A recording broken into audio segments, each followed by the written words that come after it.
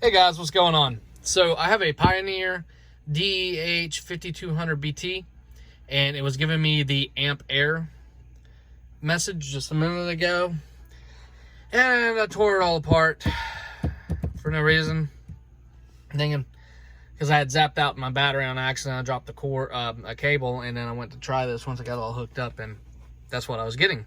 So I was like, dang, what is going on? Why is it doing this? I was getting no sound, no static on Bluetooth, anything.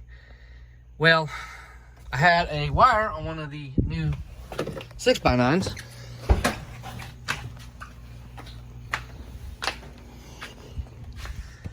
I had a wire up here that was a factory wire to one of the little resistors, or no, capacitors.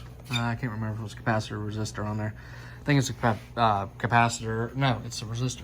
I don't know. Sorry, guys. Going back and forth right now. So it was a little metal wire on one of the resistors, or whatever they are. I can't remember if they're resistors. I want to say the resistors, but whatever.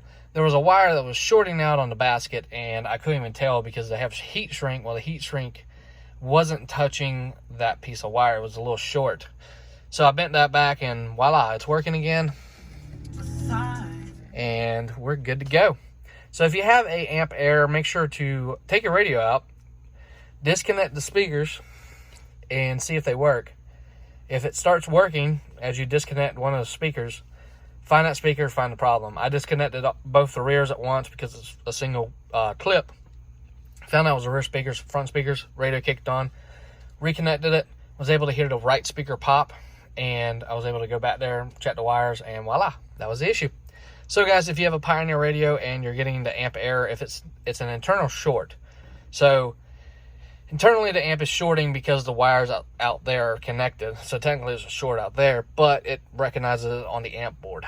So pretty cool feature.